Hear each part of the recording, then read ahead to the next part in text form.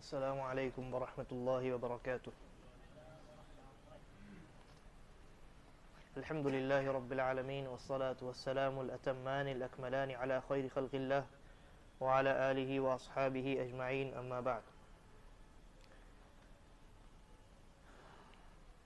اسلام میں بدعت کے موضوع پر ہماری گفتگو پچھلے ہفتے شروع ہوئی تھی، اور بدعت کے تعلق سے ہم نے بہت ساری بنیادی باتوں پر گفتگو کی ہے، جیسے بدعت کی تعریف کیا ہے، اور اسی ضمن میں دینی اور دنیاوی امور میں کیا فرق ہے۔ بدعت دینی امور میں داخل ہوتا ہے، دنیاوی امور میں داخل نہیں ہوتا۔ اسی طریقے پر عبادات اور معاملات میں کیا فرق ہے کہ بدعت عبادات میں داخل ہو سکتا ہے، معاملات میں داخل نہیں ہوتا عام طور سے۔ اور عبادات میں اصل یہ ہے کہ کوئی بھی عمل اصلاً عبادت نہیں ہے یہاں تک کہ قرآن و سنت میں اس کے عبادت ہونے کی دلیل نہ آ جائے۔ اگر دلیل نہیں ہے، یہی اس بات کی دلیل ہے کہ وہ عمل عبادت نہیں ہے۔ اور معاملات میں یا عادات جس کو کہتے ہیں، عادات میں معاملات بھی شامل ہے اور دیگر چیزیں بھی شامل ہے جو عبادات کے علاوہ ہے۔ تو عادات میں اصل یہ ہے کہ تمام عادات جائز ہیں، الا یہ کہ جن عادات کے حرام ہونے پر قرآن و سنت سے دلیل آ جائے۔ اور اس پر ہم نے مثالوں کے ذریعے سے بہت ہی تفصیل کے ساتھ گفتگو کی تھی۔ بدعت جو ہے یہ بہت خطرناک چیز ہے، یہ اتنی خطرناک ہے، اس کی خطرناکی کا اندازہ آپ سفیان الثوری رحمہ اللہ کے اس قول سے لگائیے، جس کو امام البغوی رحمہ اللہ نے اپنے کتاب شرح السنہ میں ذکر کیا ہے۔ سفیان الثوری رحمہ اللہ فرماتے ہیں کہ شیطان کو گناہ سے زیادہ بدعت محبوب ہے، شیطان کو گناہ سے زیادہ بدعت محبوب ہے، اس لیے کہ گناہ سے توبہ کی جا سکتی ہے، بدعت سے توبہ بہت مشکل ہے۔ اور اس کی ایک دوسری وجہ بھی ہے جس کو انہوں نے نہیں بیان کیا، لیکن دلائل سے سمجھ میں آتی ہے بات، کہ گناہ تو گناہ ہے، بدعت گناہ بھی ہے اور بدعت بھی ہے۔ تو یہ جو بدعت ہے یہ بہت خطرناک چیز ہے، اور یہی وجہ ہے کہ نبی اکرم صلی اللہ علیہ وسلم نے بھی مختلف طریقوں سے، مختلف الفاظ کے ذریعے اپنی امت کو بدعت سے، بدعت کی خطرناکی سے آگاہ کیا ہے۔ ایک حدیث کے اندر، جیسا کہ سفیان الثوری رحمہ اللہ نے ان کا جو قول میں نے ذکر کیا کہ شیطان کو گناہ سے زیادہ بدعت محبوب ہے کیونکہ بدعت سے توبہ مشکل ہے، یہ در حقیقت انہوں نے ایک حدیث کو سامنے رکھ کر کے کہا ہے۔ ان کے ذہن میں یقیناً یہ حدیث ہوگی جس کو انس رضی اللہ عنہ نے روایت کیا ہے، اور روایت صحیح ہے۔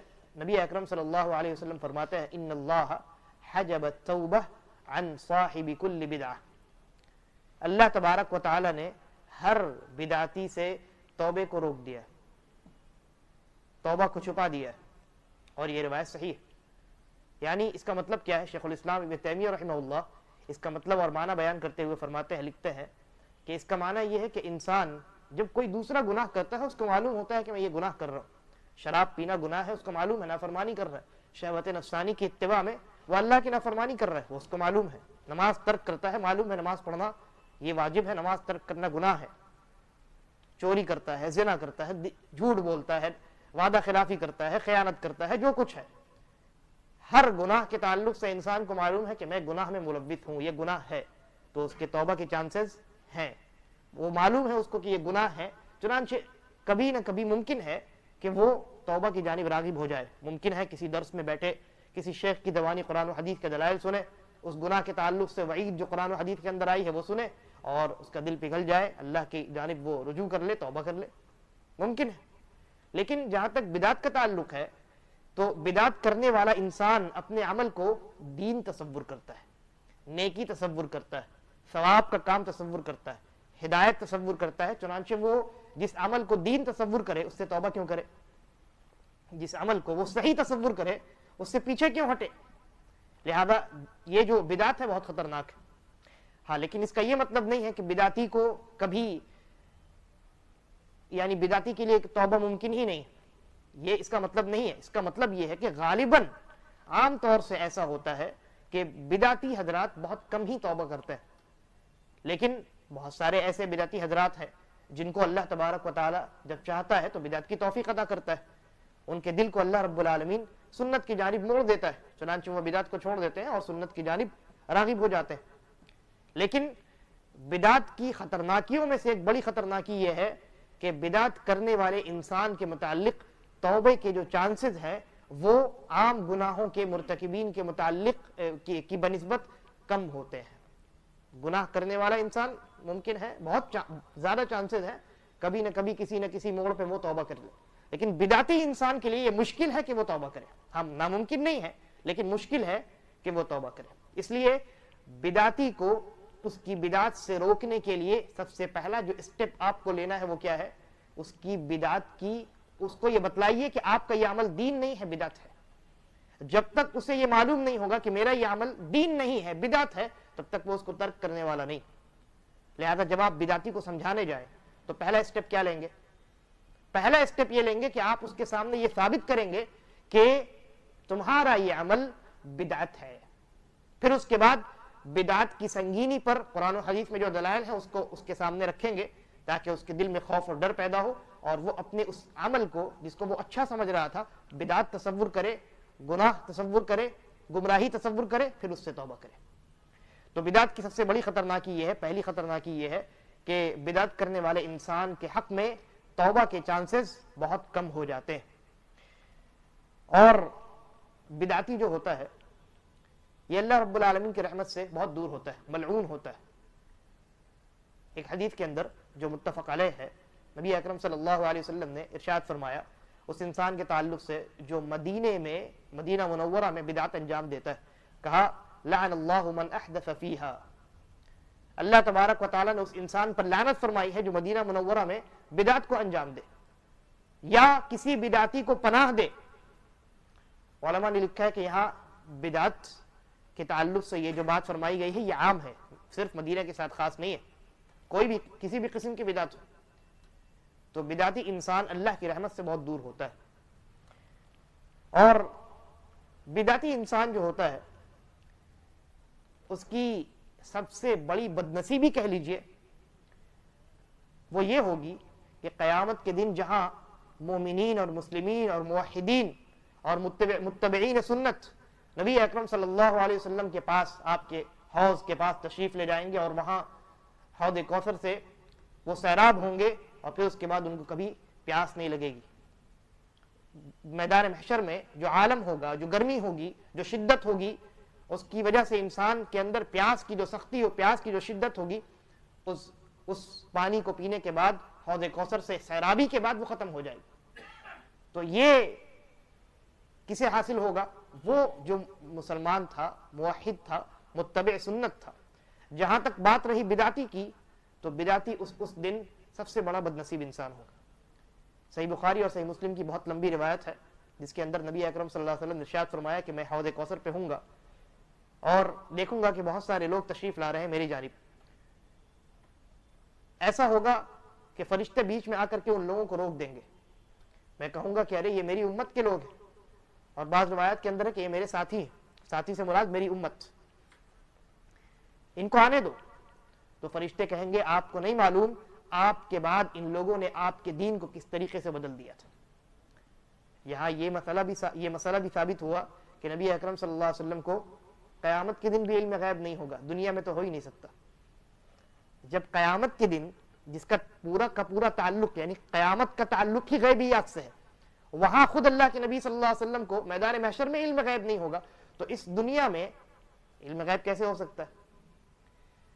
تو خیر، تو نبی اکرم صلی اللہ علیہ وسلم سے فرشتے کیا کہیں گے کہ آپ کو نہیں معلوم ان لوگوں نے آپ کے بعد آپ کے دین کو کس طریقے سے بدل دیا تھا۔ یہ میں حدیث کا مفہوم بیان کر رہا ہوں۔ جب نبی اکرم صلی اللہ علیہ وسلم یہ سنیں گے تو آپ بھی غضبناک ہو جائیں گے، آپ کو بھی بہت غصہ آئے گا کہ میں نے اتنی پریشانیوں کو برداشت کر کے، اتنی قربانیاں پیش کر کے اللہ کے دین کو تم تک پہنچایا تھا اور تم نے ایک چٹکی میں اس کو بدل دیا۔ ایک وحی جب آپ صلی اللہ علیہ وسلم کے اوپر آتی تھی تو آپ کو کتنی شدت اور کتنی تکلیف برداشت کرنی ہوتی تھی، آپ اندازہ نہیں لگا سکتے۔ ایک صحابی کہتے ہیں کہ میرے ران پر نبی اکرم صلی اللہ علیہ وسلم کا ران رکھا ہوا تھا، آپ اپنا پیر میرے پیر پر رکھ کر کے بیٹھے ہوئے تھے، وحی کا نزول شروع ہو گیا. وہ کہتے ہیں کہ وحی کے نزول کی وجہ سے نبی اکرم صلی اللہ علیہ وسلم پر اتنا دباؤ تھا، مجھے ایسا محسوس ہونے لگا میرا ران پھٹ پڑے گا. اندازہ لگائیے نبی اکرم صلی اللہ علیہ وسلم کے اوپر کیا گزری ہوگی. اور ایک دوسری روایت ہے جو غالباً صحیح بخاری سنن ابو داؤد کی روایت ہے کہ صحیح روایت ہے، نبی اکرم صلی اللہ علیہ وسلم کے اوپر جو وحی نازل ہوتی تھی تو ایک صحابی ہے حضرت یعلا ابن امیہ، کئی بار میں نے اس روایت کو بیان کیا، انہوں نے حضرت عمر ابن الخطاب رضی اللہ عنہ سے کہا کہ جب نبی اکرم صلی اللہ علیہ وسلم پر وحی کا نزول ہو تو ذرا مجھے دکھائیے کیسے نازل ہوتا ہے. تو ایک مرتبہ وحی نازل ہو رہی تھی، لے کر کے پہنچے حضرت عمر اس صحابی کو. اب وہ صحابی بیان کرتے ہیں کہ میں نے دیکھا کہ رسول اکرم صلی اللہ علیہ وسلم کے سر پر ایک سایہ کیا گیا ہے اور آپ کا چہرہ انتہائی سرخ ہو چکا ہے، ایک دم لال ہو چکا ہے آپ کا چہرہ، اور آپ خراٹے پر خراٹے لے رہے ہیں. انسان خراٹے کیسے لیتا ہے؟ جب سوتا ہے تو بہت زور کا خراٹا لیتا ہے. نبی اکرم صلی اللہ علیہ وسلم حالت بیداری میں وحی کے نزول کے وقت شدید قسم کے خراٹے لے رہے تھے اور آپ کا چہرہ جو ہے سرخ ہو چکا تھا. یہ ایک وحی کی بات ہے. ایسی وحی ایسی وحی نبی اکرم صلی اللہ علیہ وسلم پر پوری قرآن کریم کی شکل میں کتنی مرتبہ نازل ہوئی، اور پھر قرآن کریم کے علاوہ احادیث مبارکہ کی شکل میں نبی اکرم صلی اللہ علیہ وسلم پر کتنی مرتبہ نازل ہوئی. کیا نبی اکرم صلی اللہ علیہ وسلم جب یہ سنیں گے کہ میں نے اتنی مشقت اور قربانیاں پیش کر کے امانت داری کے ساتھ بغیر کسی خیانت کے اللہ رب العالمین کے پیغام کو لے کر کے انسانیت تک پہنچایا اور ان لوگوں نے آ کر کے اس کو بدل دیا، غصہ نہیں آئے گا؟ چنانچہ نبی اکرم صلی اللہ علیہ وسلم کے الفاظ کیا ہوں گے؟ کہیں گے سحقن سحقن لمن غیر بعدی، ہلاکت و بربادی ہو، ہلاکت و بربادی ہو اس انسان کے لیے جس نے میرے بعد میرے دین کو بدل دیا. لہذا بدعتی جو انسان ہوتا ہے وہ انسان اللہ کی نظر میں بھی ناپسندیدہ ہوتا ہے اور رسول اکرم صلی اللہ علیہ وسلم کی نظر میں بھی قیامت کے دن دھتکار دیا جائے گا.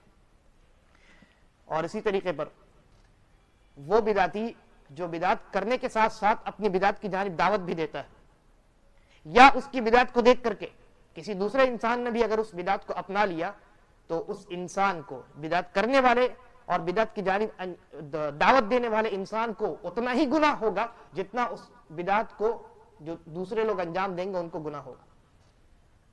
جیسا کہ صحیح روایت کے اندر یہی مفہوم ہے اس حدیث کا کہ جو انسان کسی طریقے کی جانب لوگوں کو بلائے اور وہ طریقہ اگر گناہ والا طریقہ ہو تو جتنا گناہ اس انسان کو ہوگا اتنا ہی گناہ، یعنی جتنا گناہ اس کی دیکھا دیکھی اس گناہ کو انجام دینے والے کو ہوگا اتنا ہی گناہ اس انسان کو بھی ہوگا. اس کا اپنا گناہ الگ اور پھر اس کی دیکھا دیکھی جن لوگوں نے اس گناہ کو انجام دیا ہے ان کا گناہ الگ، ڈبل گناہ. لہذا بدعت بہت خطرناک شے ہے، اسی لیے بدعت کو جاننا ضروری ہے تاکہ ہم اس سے بچ سکیں. پچھلی مجلس میں ہم نے بدعت کے تعلق سے تھوڑی گفتگو کی ہے اور آج کی مجلس میں مزید گفتگو کرنے کی کوشش کریں گے.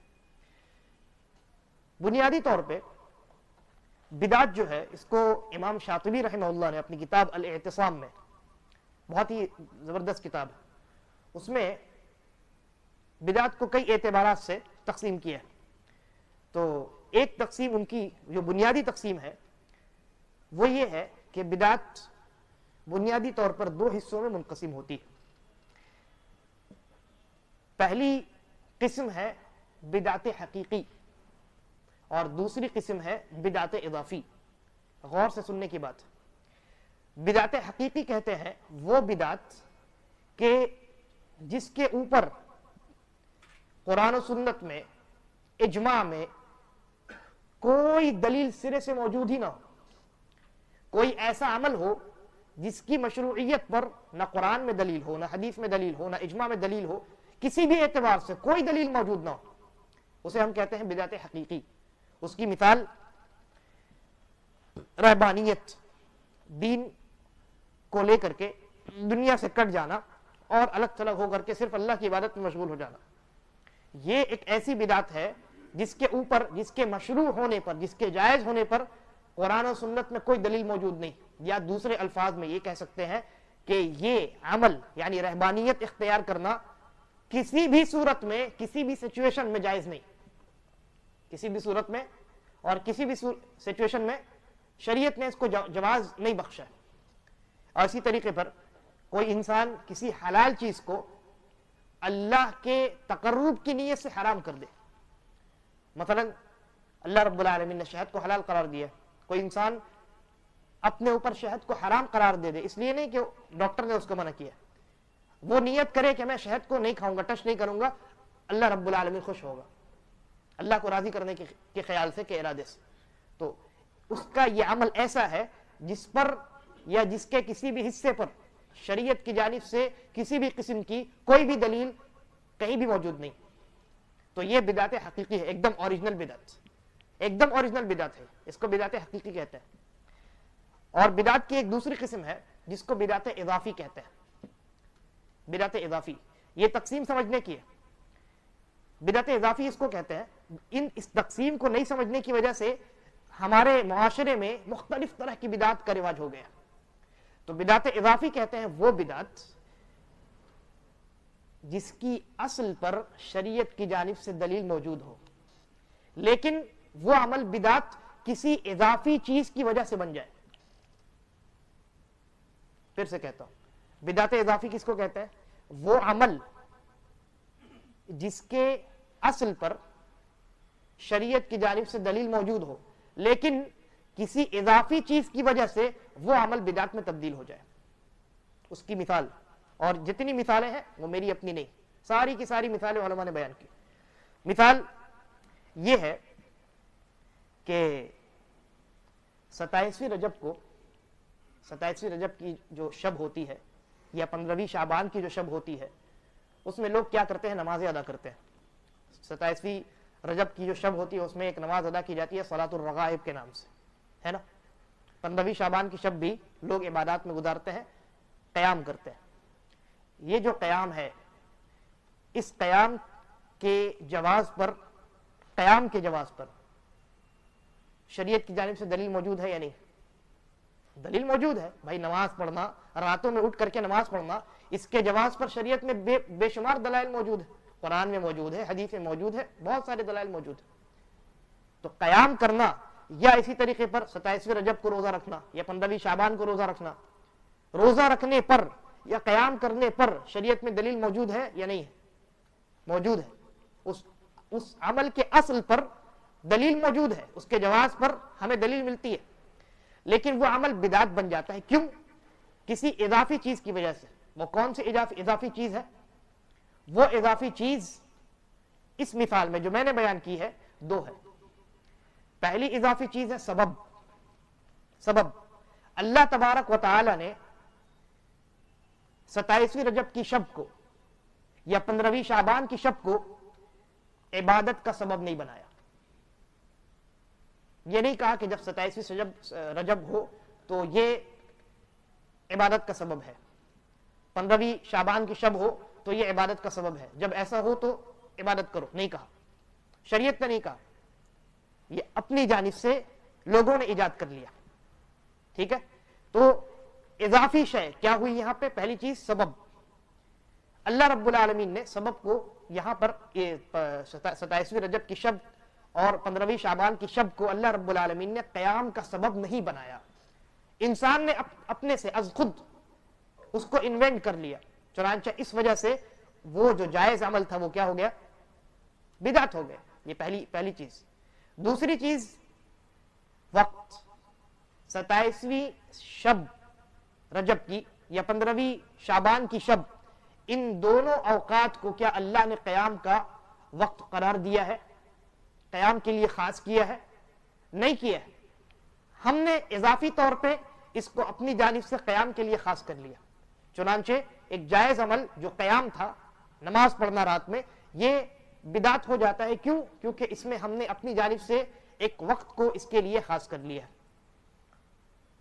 تو ان دو اسباب کی وجہ سے یہ عمل کیا ہو گیا؟ جائز سے بدعت ہو گیا۔ اور کسی عمل کے، جائز عمل کے بدعت ہونے کے جو اسباب ہیں، یعنی جو اضافی چیزیں ہیں کہ جن کی وجہ سے ایک عمل بدعت اضافی میں کنورٹ ہو جاتا ہے، وہ یہ صرف دو ہی نہیں ہے۔ یہ میں نے چونکہ مثال بیان کی تھی، اس مثال میں یہ دو اسباب پائے جاتے ہیں۔ شیخ الاسلام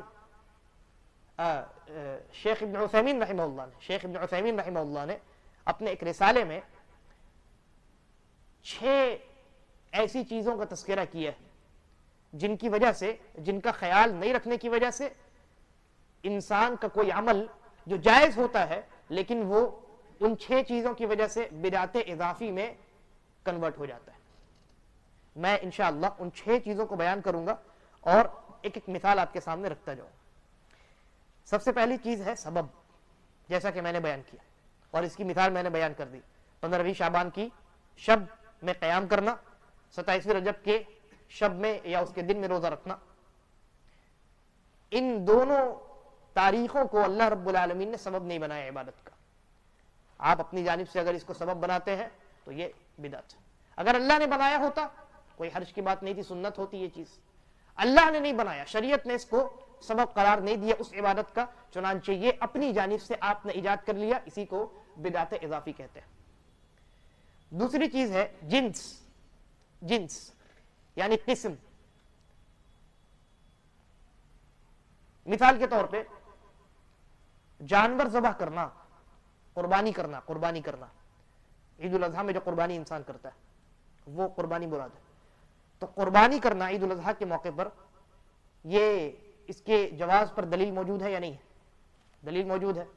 قربانی کرنا یہ شریعت میں عید الاضحیٰ کے موقع پر یہ جائز ہے. اللہ رب العالمین نے لیکن قربانی کے اجناس مقرر کر دیے. آپ قربانی جب کریں تو کن کن قسموں کے جانوروں کو آپ قربان کریں یہ اللہ نے متعین کر دیا. اسی کو کہتے ہیں قسم کو، جنس ہے نا. بہیمۃ الانعام جو چوپائے جانور ہیں، گائے ہے، اسی طریقے پر اونٹ ہے، وغیرہ وغیرہ آپ جانتے ہیں. تو ان جنسوں کو اللہ نے قربانی کے لیے عید الاضحیٰ کے موقع پر کیا کر دیا؟ خاص کر دیا. اب کوئی انسان اگر عید الاضحیٰ کے موقع پر گھوڑے کو لے آئے، کہے کہ گھوڑا تو حلال ہے، بہت ساری روایات ہیں گھوڑا حلال ہے، گھوڑے کو آپ ذبح کر کے کھا سکتے ہیں، کوئی حرج کی بات نہیں، صحابہ کرام نے کھایا. تو کوئی انسان اگر یہ کہے کہ یہ گھوڑا ہے، اس کا کھانا جائز ہے، ہم اس کی قربانی کریں گے، یہ زیادہ مہنگا ہے عید الاضحیٰ کے موقع پر، ہم کہیں گے آپ کا عمل بدعت. کیوں؟ اس لیے کہ گرچہ گھوڑے کی حلت پر قرآن و حدیث میں دلیل موجود ہے، لیکن یہاں اس وقت آپ نے اس عمل کو بدعت بنا دیا، بدعت اضافی بنا دیا. کیونکہ اللہ تبارک و تعالی نے گھوڑے کی جنس کو عید الاضحیٰ کے موقع پر قربان کرنے کا حکم نہیں دیا، بلکہ دوسرے جانوروں کو مقرر کیا. اسی طریقے پر کوئی انسان اگر مرغی قربان کرے، کوئی بطخ قربان کرے، جن کو اللہ رب العالمین نے، جس جنس کو یا جن اجناس کو اللہ رب العالمین نے قربانی کرنے کے لیے مقرر نہیں کیا ہے، انسان کوئی دوسری جنس لے آئے، اپنی جانب سے لے آئے اور ان کو قربانی کرے، ان کو قربان کرے عید الاضحیٰ کے موقع پر، اور یہ دلیل پیش کرے کہ یہ تو حلال ہے، دیکھیے فلاں حدیث میں دلیل ہے، فلاں حدیث میں دلیل ہے، یہ حلال ہے، ہم کہیں گے ہاں حلال ہے، اصلاً یہ حلال ہے. اس موقع پر یہ حرام ہے، کیونکہ اس موقع پر اللہ رب العالمین نے جنس مقرر کر دی ہے، آپ اپنی جانب سے کوئی دوسری جنس نہیں لا سکتے، گرچہ وہ حلال ہی کیوں نہ. تو اس موقع پر آپ کا یہ عمل کیا ہوگا؟ بدعت ہو جائے گا آپ کا یہ عمل، کیونکہ آپ نے اس جنس کو چھوڑ دیا جو اللہ نے مقرر کیا تھا، اپنی جانب سے ایک نئے جنس کی آپ نے ایجاد کی ہے، ایک نئے جنس کو آپ نے اس موقع پر لا کر قربان کرنے کی کوشش کی ہے. یہ اضافہ ہے، لہذا یہ عمل بدعت ہو جائے گا. تو دو چیزیں ہو گئی. پہلی چیز کیا تھی؟ سبب. دوسری چیز جنس. تیسری چیز ہے مقدار اور عدد. کوئی عمل اصلاً جائز ہوتا ہے، لیکن اس کے مقدار اور عدد میں گڑبڑی کرنے کی وجہ سے وہ عمل کیا ہو جاتا ہے؟ بدعت اضافی میں کنورٹ ہو جاتا ہے. مثال کے طور پہ ظہر کی نماز کتنی رکعت ہے؟ فرض 4 رکعت ہے. کوئی انسان اضافہ کرے، عدد کا، مقدار کا اضافہ کرے، کہے کہ ظہر کی نماز 4 رکعت ہے، مجھے زیادہ ثواب چاہیے، 4 رکعت والا ثواب کم ہے میرے لیے، مجھے زیادہ ثواب چاہیے، میں 5 رکعت پڑھوں گا، میں 6 رکعت پڑھوں گا. ہم کہیں گے نماز پڑھنا جائز ہے، لیکن یہاں آپ نے اس عبادت کی انجام دہی میں مقدار اور عدد کا لحاظ نہیں کیا. اللہ نے 4 قرار دیا تھا، آپ نے 5 کر دیا.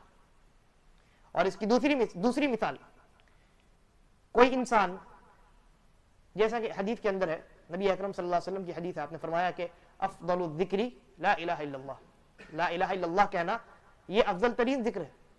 سبحان اللہ کہنا یہ اللہ کی تسبیح بیان کرنا ہے. اللہ نے کہا فسبح بحمد ربک. اسی طریقے پر اللہ اکبر کہنا، اللہ کی کبریائی بیان کرنا. یہ سارے اذکار مشروع ہیں، جائز ہیں. لیکن کوئی انسان عصر کے بعد بیٹھ جائے، 5 6 7 لوگوں کو لے کر بیٹھ جائے اور کہے کہ چلو 100 مرتبہ اللہ اکبر کہو، سارے لوگ 100 مرتبہ اللہ اکبر پڑھیں. چلو 100 مرتبہ سبحان اللہ کہو، سارے لوگ 100 مرتبہ سبحان اللہ کہیں. چلو 100 مرتبہ لا الہ الا اللہ کہو، سارے لوگ 100 مرتبہ لا الہ الا اللہ کہیں. ہم کہتے ہیں آپ کا یہ عمل بدعت ہے. وہ کہے گا نہیں، کیسے بدعت؟ لا الہ الا اللہ کہنا، سبحان اللہ کہنا، اللہ اکبر کہنا کیا یہ جائز نہیں ہے؟ آپ اللہ کے ذکر کو بدعت کہہ رہے ہیں. ہم کہیں گے ہم اللہ کے ذکر کو بدعت نہیں کہہ رہے، ہم بدعت کہہ رہے ہیں آپ کے اس تخصیص کو. آپ نے اللہ کے اس ذکر کے لیے جو عدد خاص کر لیا ہے، ہم نے اس خاص کرنے کو اضافی طور پہ بدعت کہا. ہم نے اللہ کے ذکر کو بدعت نہیں کہا. سنن الدارمی کے اندر حضرت ابو موسیٰ الاشعری رضی اللہ عنہ سے صحیح سند کے ساتھ یہ روایت مروی ہے کہ فجر کی نماز میں انہوں نے مسجد میں جب دیکھا کہ کچھ لوگ الگ الگ سرکل بنا کر کے بیٹھے ہوئے ہیں اور بالکل یہی عمل کر رہے ہیں، بلکہ ان کے ہاتھ میں کنکریاں بھی ہیں، ان کے ہاتھ میں کنکریاں بھی ہیں. وہ ایک بار پڑھتے ہیں ایک کنکری رکھتے ہیں، دوسری مرتبہ پڑھتے ہیں دوسری کنکری کو رکھتے ہیں. ایک بیچ میں ایک بندہ بیٹھا ہے، وہ کہتا ہے 100 مرتبہ اللہ اکبر کہو، 100 مرتبہ سبحان اللہ کہو، 100 مرتبہ لا الہ الا اللہ کہو. حضرت ابو موسیٰ الاشعری رضی اللہ عنہ نے جب دیکھا تو تعجب کیا، لیکن کچھ کہا نہیں، چونکہ ان سے بڑے عالم موجود تھے، حضرت عبداللہ ابن مسعود رضی اللہ عنہ. ہر حدیث میں ہمارے لیے سبق ہوتا ہے. تو وہ آئے، تشریف لائے، حضرت عبداللہ ابن مسعود رضی اللہ عنہ کے گھر پہ آئے، ان کے گیٹ پر کھڑے رہے، انتظار کرتے رہے، اور بھی کچھ لوگ ان کے ساتھ تھے. تو حضرت عبداللہ ابن مسعود رضی اللہ عنہ جب باہر نکلے تو انہوں نے بتایا کہ میں نے ابھی ایسا ایسا معاملہ، ایسا ایسا منظر دیکھا ہے. تو حضرت عبداللہ ابن مسعود نے کہا تم نے ان پر نکیر کیوں نہیں کی؟ وہ اس سے اچھا تھا کہ وہ اپنے گناہ شمار کرتے. پھر وہ تشریف لے گئے اور کہا کہ کیا کر رہے ہو؟ انہوں نے کہا کہ ہم اللہ کا ذکر کر رہے ہیں، ایسا ایسا کر.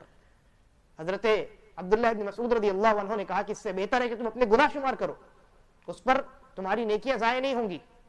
تم اپنے گناہ اگر شمار کرو گے تو تمہاری نیکیاں تو ویسی ہی رہیں گی نا، لیکن تمہارے اس عمل کی وجہ سے تمہارے نامہ اعمال میں گناہ کا اضافہ ہوتا جائے.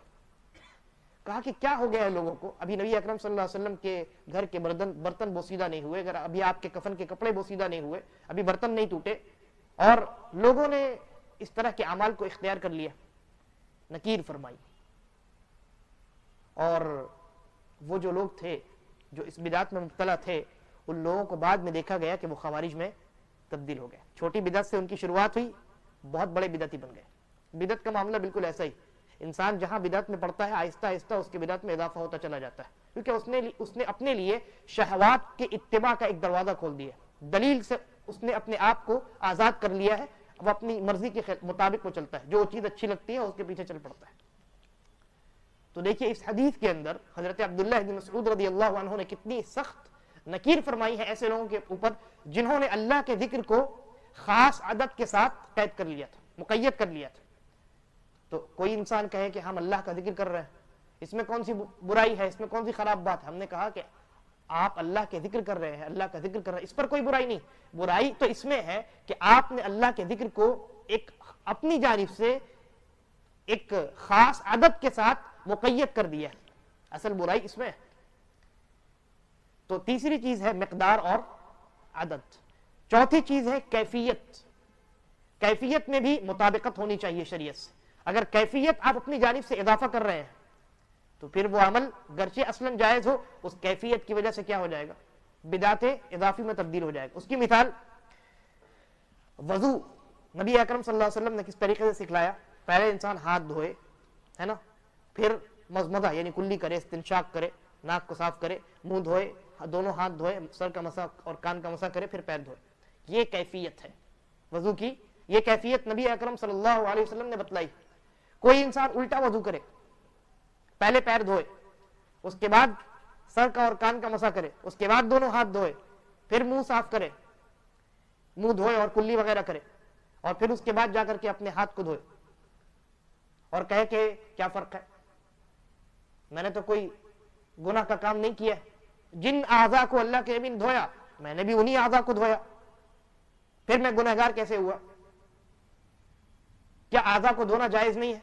ہم جواب دیں گے اعضاء کو دھونا جائز ہے، بلکہ وضو اعضاء کے دھونے کا نام ہے، لیکن نبی اکرم صلی اللہ علیہ وسلم نے جو کیفیت اختیار کی ہے اسی کیفیت کے مطابق دھونا۔ آپ نے ایک نئی کیفیت اپنی جانب سے ایجاد کی اور اس کا اضافہ کر دیا اس عمل میں، چنانچہ آپ کے اس اضافی کیفیت کی وجہ سے یہ عمل بدعت اضافی میں کنورٹ ہو گئی، بدعت ہو گئی، یہ عمل بدعت ہو گیا۔ تو یہ چوتھی چیز تھی کیفیت۔ اسی طریقے پر اس میں بہت ساری مثالیں، جیسے مثال کے طور پہ بعض لوگ جب کہ کسی کے ہاں فوتگی ہو جاتی ہے، کسی کے ہاں انتقال ہو جاتا ہے، تو 8-10 حضرات جمع ہوتے ہیں اور ہر ایک آدمی ایک ایک پارہ قرآن کا لے لیتا ہے اور ہر ایک اپنے اعتبار سے قرآن کریم کی تلاوت کرتا ہے زور سے، اور سارے لوگ اس مجلس میں ہوتے ہیں، ایک ایک مان لیجیے 30 آدمی ہیں یا 15 آدمی، ہر ایک آدمی نے 2-2 پارے کی تلاوت کی، کہتے ہیں پورا قرآن مکمل ہوا، پھر اس کا جو ثواب ہے وہ میت تک پہنچا دیتے ہیں۔ ہم کہتے ہیں آپ کا یہ عمل بدعت۔ کیوں بدعت؟ وہ کہتے ہیں بدعت کیسے؟ قرآن کریم پڑھنا، قرآن کریم کی تلاوت کرنا، یہ کب سے بدعت ہو گیا؟ کیا قرآن کریم پڑھنے سے آپ منع کریں گے؟ ہم کہتے ہیں ہم نے قرآن کریم پڑھنے سے منع نہیں کیا، آپ پڑھیے قرآن کریم، پورا قرآن پڑھیے، کوئی حرج نہیں، ثواب کا کام ہے، جائز ہے، لیکن آپ نے جو کیفیت، آپ نے قرآن کریم کی تلاوت کی جو کیفیت اختیار کی ہے، یہ کیفیت آپ کی اپنی اضافی ہے، شریعت کی جانب سے عطا کردہ نہیں۔ چنانچہ اس کیفیت، اس اضافی کیفیت کی وجہ سے آپ کا یہ عمل بدعت ہو گیا، آپ کا یہ عمل بدعت ہو گیا۔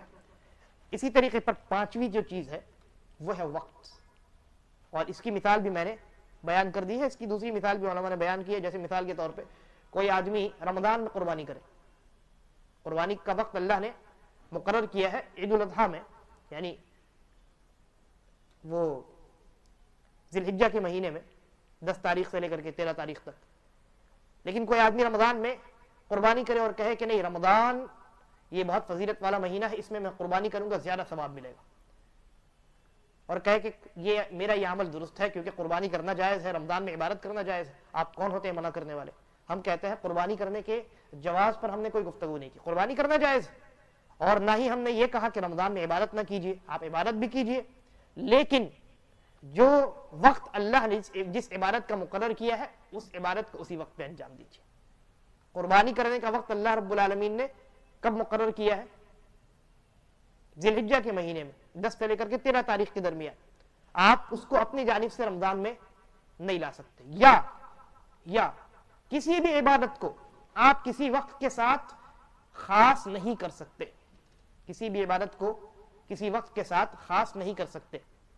مثال کے طور پہ جیسا کہ بعض حضرات کرتے ہیں، قرآن مجید میں اللہ رب العالمین نے مسلمانوں کو درود و سلام پڑھنے کا حکم دیا، لیکن بعض حضرات اس کو خاص کرتے ہیں اذان سے پہلے اور اذان کے بعد، ہر اذان سے پہلے درود و سلام پڑھتے ہیں، ہر اذان کے بعد درود و سلام پڑھتے ہیں۔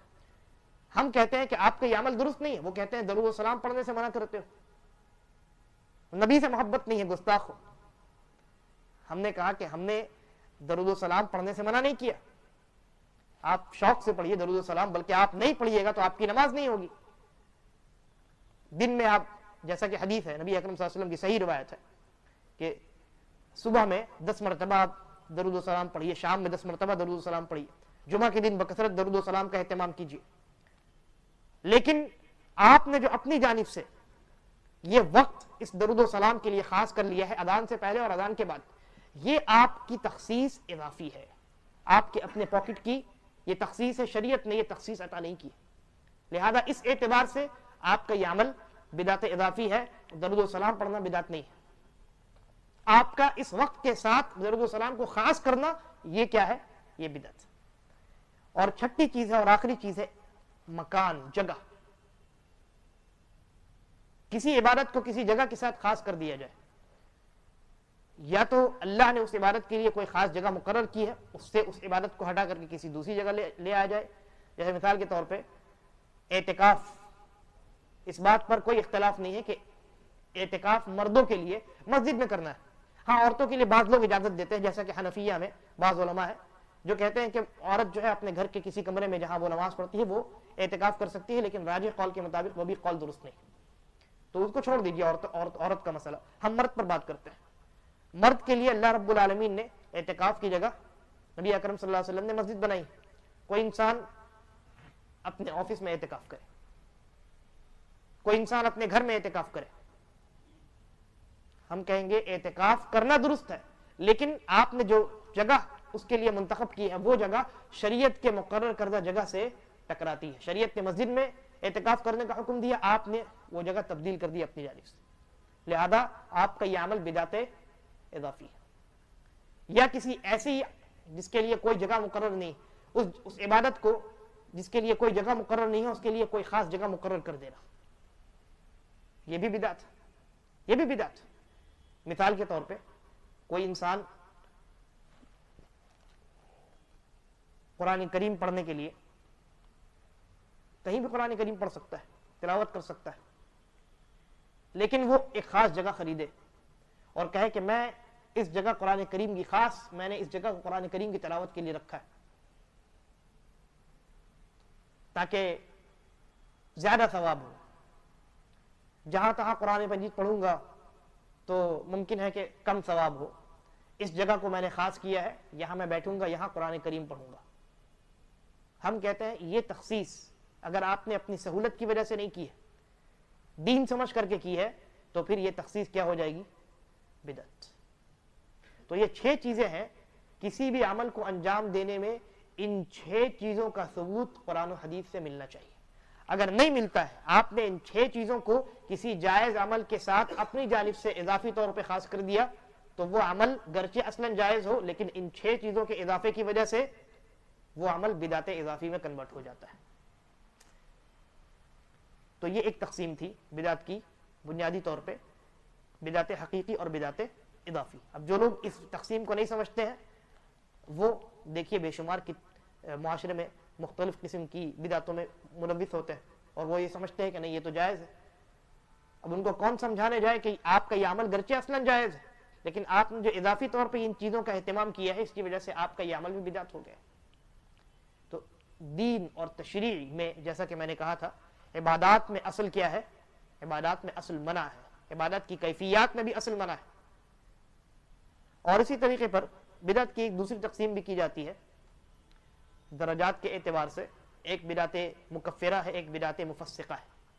یعنی بدعت 2 قسم کی ہوتی، ایک وہ بدعت ہوتی ہے جس کی وجہ سے انسان گنہگار ہوتا ہے، خالی صرف گنہگار ہوتا ہے، دائرہ اسلام سے خارج کرنے والی وہ بدعت نہیں ہوتی، یعنی اس بدعت میں شرک اور کفر نہیں ہوتا۔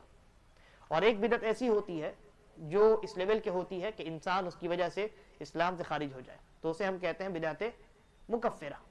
تو یہ 2 قسم کی بدعت ہیں، بدعت مکفرہ اور بدعت مفسقہ۔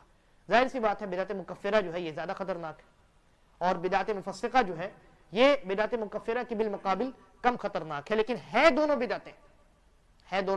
بدعتیں، اور دونوں سے اجتناب ہر انسان کے لیے لازم اور ضروری ہے۔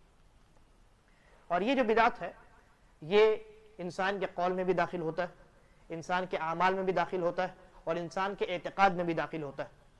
اور سب سے خطرناک اعتقادی بدعت، اعتقادی بدعت جو ہے یہ سب سے خطرناک ہے، کیونکہ اسی اعتقاد کی وجہ سے انسان قولی بدعت میں بھی مبتلا ہوتا ہے، اور اسی اعتقاد کی وجہ سے انسان عملی بدعت میں بھی مبتلا ہوتا ہے۔